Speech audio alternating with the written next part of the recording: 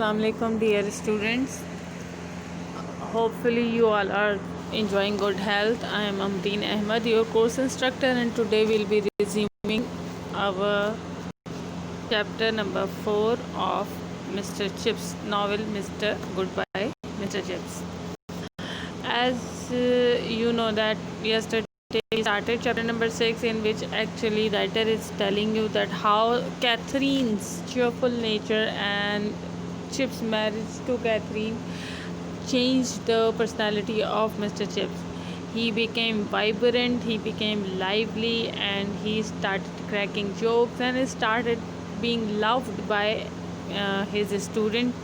And this this positive transformation was all because of the Catherine's influence on the Chip's life.